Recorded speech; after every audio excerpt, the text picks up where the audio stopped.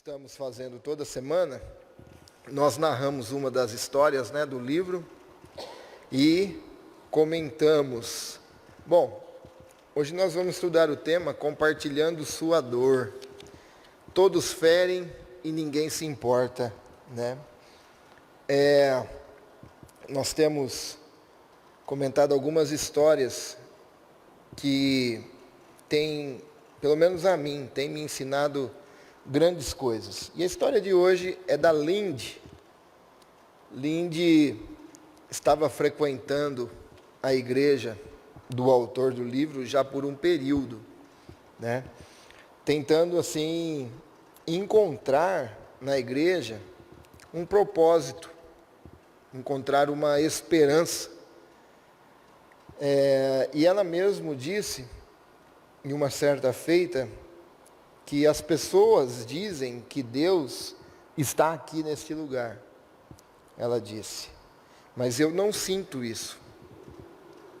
Nem isso faz diminuir em nada a minha dor. Lindy era uma assistente social que atendia pacientes já em estado terminais. E para ela era normal confortar doentes e confortar os familiares dos doentes que já estavam em estado terminal. E um dia ela se deparou com uma pergunta a si mesma, e essa pergunta ela levou para o pastor desta igreja.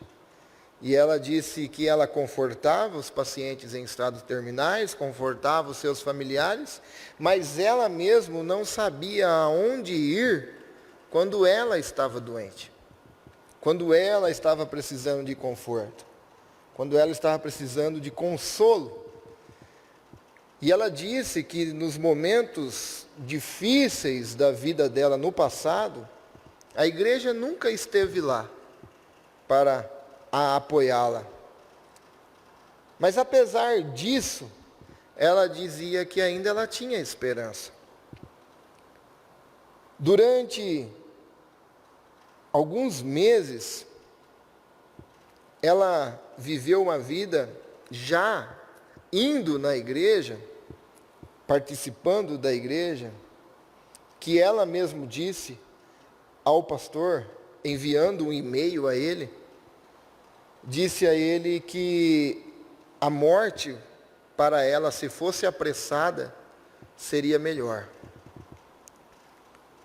Ela disse, sou treinada para reconhecer sinais de risco de suicídio. E percebo que eu estou muito perto de cometê-lo. Ela enviou esse e-mail para esse pastor, e esse pastor, quando recebeu esse e-mail, ficou chocado. E aí ele começa a narrar a história 5 anos antes. Ela conta a sua história para o pastor, e o pastor a narra aqui para nós.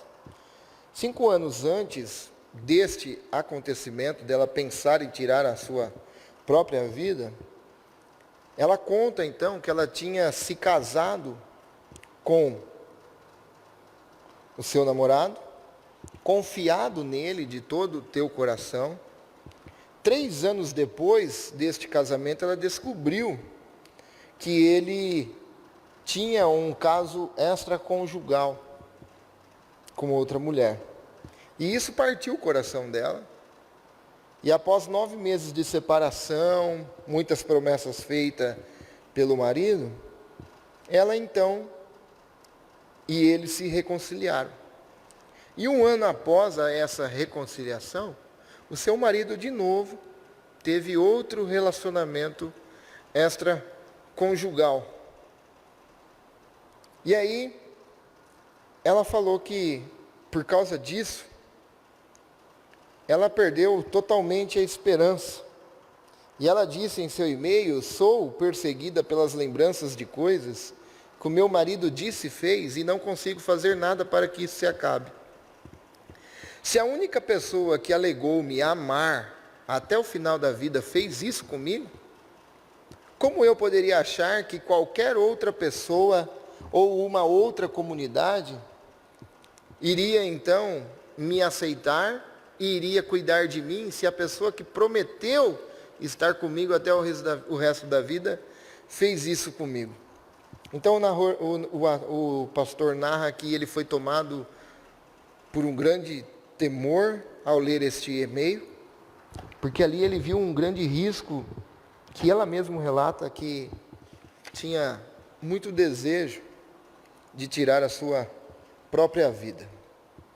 Então ela narra depois outro, e ele respondeu esse e-mail, e disse a ela algumas coisas, mas ele disse algo que ele não entendeu o porquê. Ele orou e falou: Deus, o que eu devo falar a esta mulher?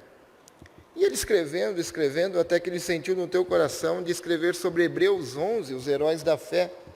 E ele então reluta ali contra o Espírito Santo e diz: o que tem a ver Hebreus 11, os heróis da fé, com essa mulher que tem passado tanta dificuldade, tantos problemas? E vou falar desses heróis da fé, mas mesmo assim ele segue o texto, ele segue o Espírito Santo e ele escreve sobre os heróis da fé. E aí, nestas passagens, ela diz que de todas as coisas que você me escreveu, a única frase que realmente reconfortou foi o que Deus estava dizendo em Hebreus 11, no texto que você colocou. Mas eu vi o que eles passaram e isso foi considerado, está escrito lá. E ela disse: eu não sei o porquê isso significa tanto para mim, mas o fato é que isso me tocou. E eu me lembro de haver perguntado ao meu ex-marido qual era a minha recompensa por ter perdoado a traição dele. Parece que não há honra em fazer a coisa certa, mas talvez, se esse Deus de quem você fala existe, isso queira dizer algo para ele. É reconfortante contemplar a possibilidade de que ele vê a confusão que ninguém mais é capaz de perceber. E que realmente se importa e cuida de mim. A esse Deus valeria a pena dar uma chance. Obrigada por ter incluído isso. Obrigado por ter incluído isso no seu e-mail. E aí ela agradece. Boa noite. E aí ela agradece essa escrita inspirada pelo Espírito Santo. Mas aí ela começa a abrir o coração. Ela começa a abrir o coração para esse pastor através deste e-mail. E esse pastor então percebe que existe algo ainda mais que trouxe essa vontade dela tirar a sua própria vida. Trouxe essa vontade de não valorizar, viver a vida intensamente. E ela começa a abrir o seu coração, então, para esse pastor. E aí ele narra, Lindy continuou a frequentar a igreja. E até começou a participar de um pequeno grupo. Orei para que aquelas pessoas demonstrassem seu amor a ela, deixando para trás o cinismo afiado que protegia seu coração ferido. Ela tinha compartilhado comigo, em outros e-mails, uma razão original ainda mais profunda para todo o seu desespero.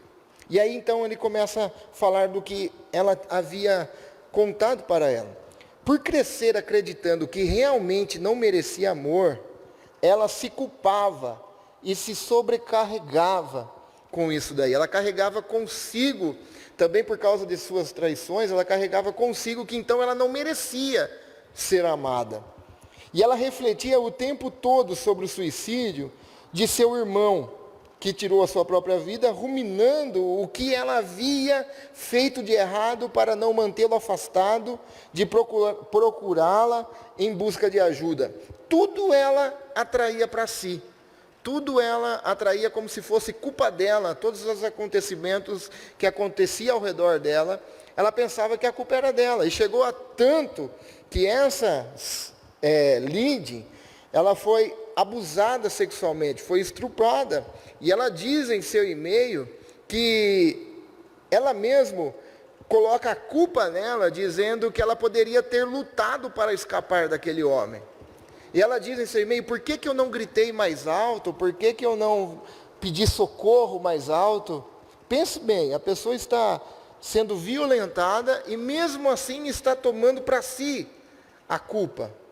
Porque ela trazia já traumas desde criança, de cobrança, trazia para ela traumas que os próprios pais, diz a história dela, colocaram sobre ela. Palavras que foram lançadas, foi penetrando na sua mente, no seu psique, gerando então nas suas emoções. E isso ela começou a carregar com ela. E aí ela disse, ela havia perdido um bebê e se achava responsável por não ter mantido o peso adequado durante a gestação. Sentia raiva de si mesma, amedrontada e impura. Apesar disso, você nunca suspeitaria da corrente de dor que fluía debaixo da superfície morta de seu exterior duro e cínico. Então, toda a raiva que ela tinha, ela extravasava em algumas pessoas, mas quando na verdade o problema que ela trazia estava dentro de si. Quem olhava para ela exterior não imaginava a quantidade de traumas que esta Linde carregava na vida dela.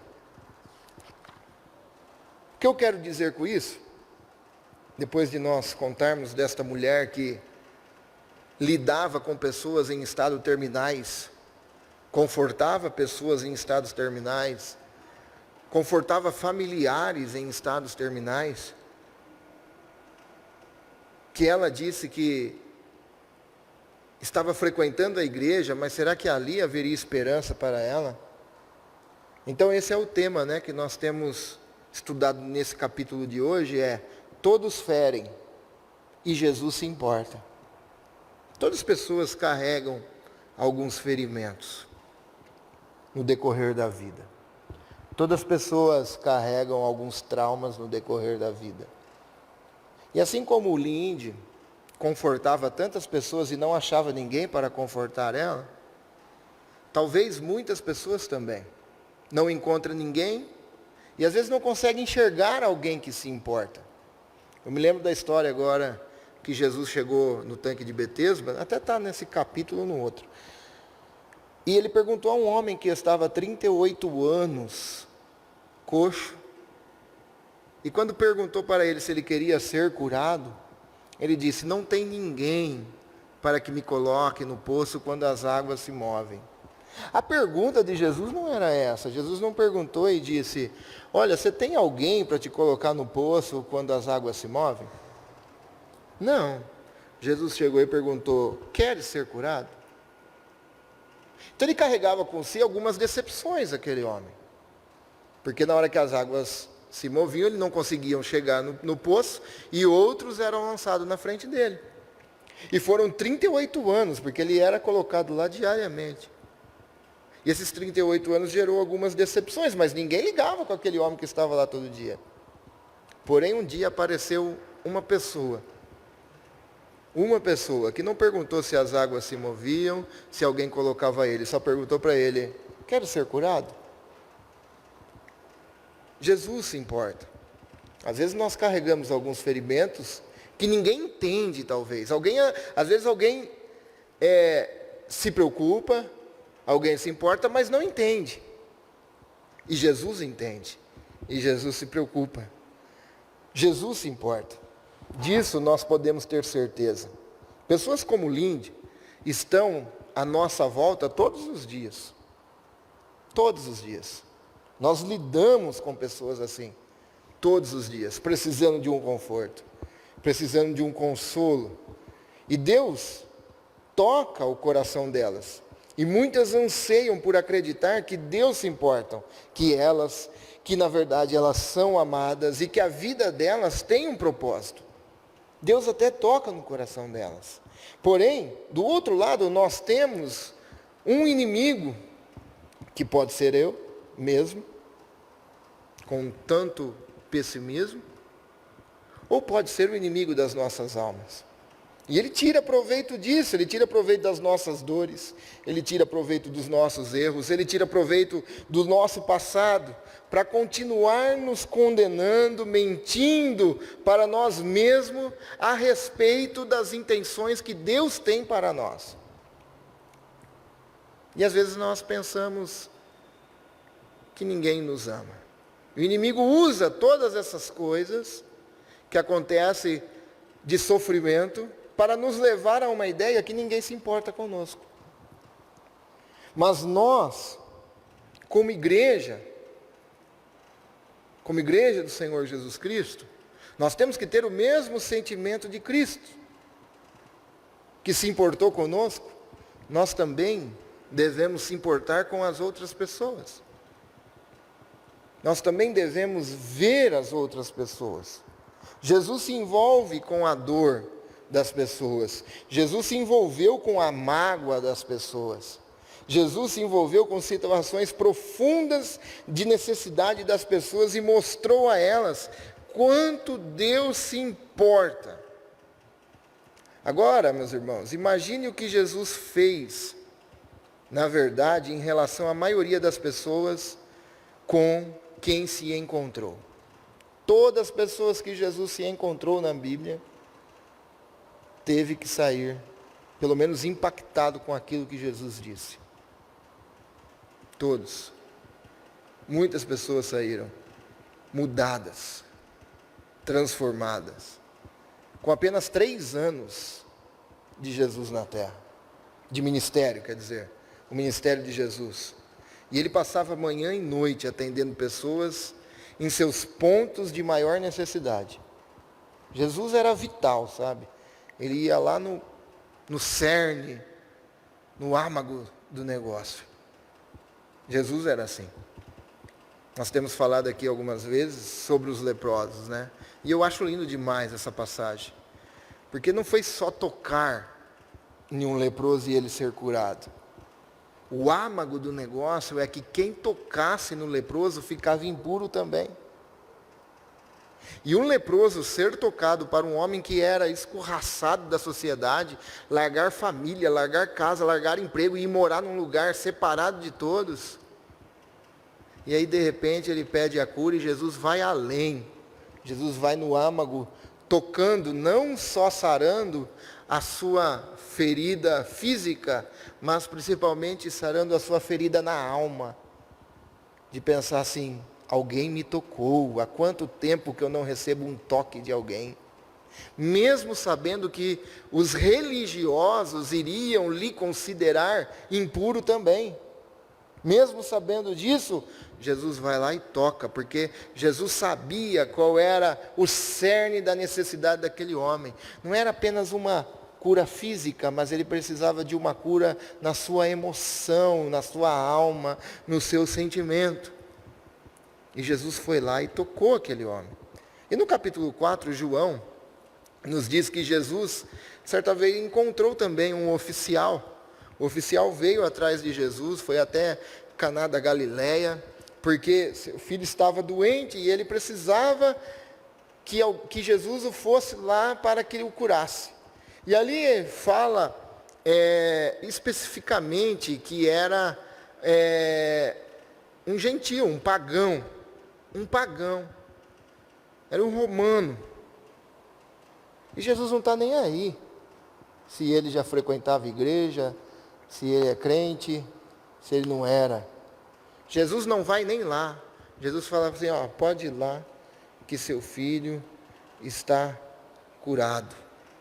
Jesus se importa com ele. Jesus se importou com ele. E com frequência, nós fazemos ao contrário. Nós somos tendenciosos a isso. Nós, evangélicos, sabe? Nós, primeiro, nos importamos com a dor das pessoas, com as suas necessidades, mas depois que essas pessoas começam a frequentar o nosso hall da nossa comunidade, sabe? A nossa igreja, e aí nós começamos a se importar com a pessoa. Jesus não. Jesus pega uma samaritana e fala, mulher, se tu soubesse da água que eu tenho para beber, tu beberia e nunca mais teria sede. Dá-me dessa água, Senhor. Não se importa. Jesus pega a mulher adúltera, igual nós falamos semana passada, que foi pegada no ato, trouxeram para tacar pedra. Jesus nem olha para os camaradas e fala o seguinte, fala, se tiver alguém aqui melhor do que ela, arremesse a primeira aí. E aí começaram a jogar suas pedras no chão e ir embora. E Jesus fala, vai e não peques mais. E várias vezes nós vemos Jesus agindo assim. Não era fazer parte do rol para se importar. Era se importar para depois fazer parte do rol de amigos, do rol da comunidade.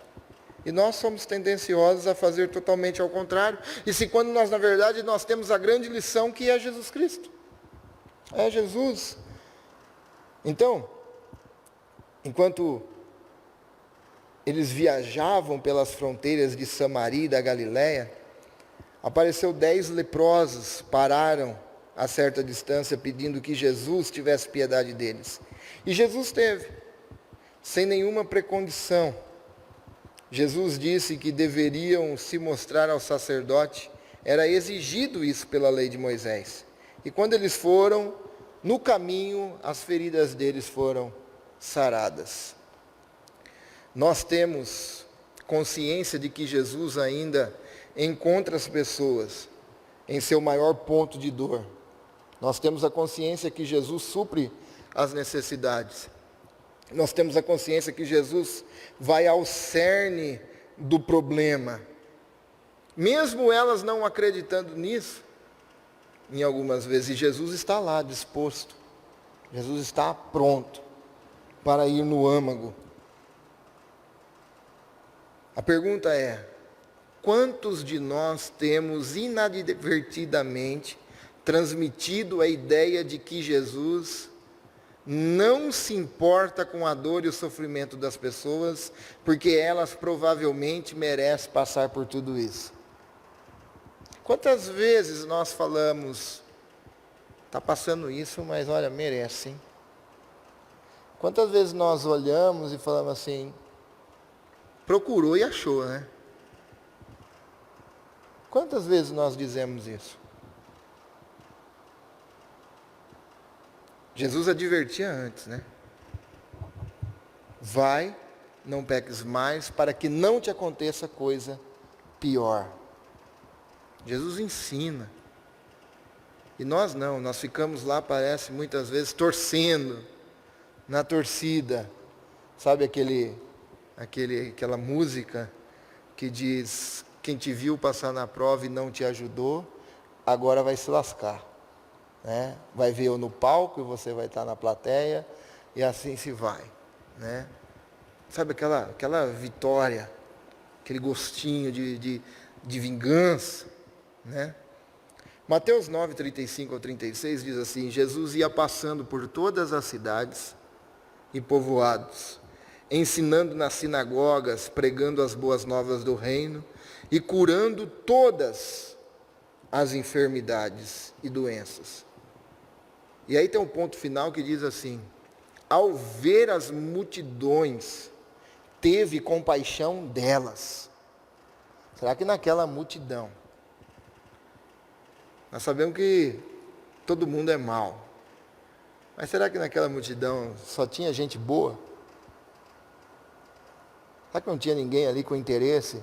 Se o próprio Jesus disse, ó, vocês me seguem pelo pão que eu dou, vocês me seguem pelos milagres que eu faço.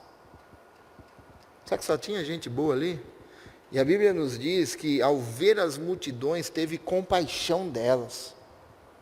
Jesus sentiu compaixão daquele povo. Porque estavam aflitas e desamparadas como ovelhas sem pastor. Quando Jesus encontrava as pessoas, ele tinha uma visão espiritual para identificar o rio de mágoa. O rio que flui por baixo da superfície daqueles que bebem. Jesus identificava o rio de traumas daqueles que se drogam, que buscam alegria em algumas coisas. E Jesus conseguia ver essas coisas, não apenas os fariseus olhavam e diziam, come com pecadores. Não pode fazer isso no sábado. Mas não enxergava o que tinha por baixo das coisas. Jesus não, Jesus enxergava. Jesus via. Ele via por baixo da superfície de pessoas que se envolvem em relacionamentos degradantes por temerem por ficar sozinhas. Por ter medo de ficar sozinhas e por medo de não serem amadas, estão dispostos a se envolverem em qualquer relacionamento. Ele podia enxergar através do escudo daqueles que se afastam de todos. Quantas pessoas se isolam, criando para si um muro, um escudo de autodefesa? Quantas pessoas são assim? Não se relacionam. Temerosos de serem novamente feridos. Já machucou tanto, já foi tanto machucado, que ele prefere então o isolamento. Já sofreu tanto, que ele prefere então ficar sozinho. A solidão.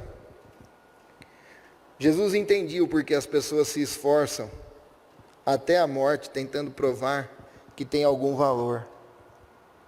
Quantas pessoas são assim? Preciso provar para o meu pai que eu vou ser alguém na vida. Porque o pai falou tanto que ele não ia ser nada. Ou ele ouviu tanto de alguém que esse menino não vai dar em nada. E ele passa uma luta a vida toda, apenas para provar que ele não é aquilo que disseram. E perde-se família, perde-se tudo. Porque ele quer provar aquilo que foi dito que é mentira. Jesus podia ver que sob toda a nossa pretensão adulta, debaixo das areias do templo, somos apenas pequenos garotos e garotas, desapontados e confusos, feridos e tristes, magoados e temerosos, em rebelião, e fugindo do único que pode, em uma última instância, tornar as coisas melhores. E esse único que pode tornar as coisas melhores tem um nome. E o nome dele é Jesus Cristo de Nazaré. Não existe outra pessoa. O nosso papel como igreja é ouvir as pessoas. É estar disposto e atento às pessoas. E então nós apresentarmos este homem que pode mudar a vida. Porque Jesus entende. Às vezes as pessoas não entendem. Por que essa pessoa chora tanto? Por que essa pessoa se blinda tanto? Ou por que essa pessoa busca alegria em outros lugares? Ou por que essa pessoa quer provar tanto isso? Às vezes nós não entendemos. Ou por que esta pessoa perdeu tanto o amor à vida? Ou por quê? Às vezes pai, mãe, esposo, esposa não entende. Mas Jesus entende. Amém? Vamos orar? Pai, eu te agradeço, Senhor, por esse momento. Te agradeço, Pai, por tudo, Pai.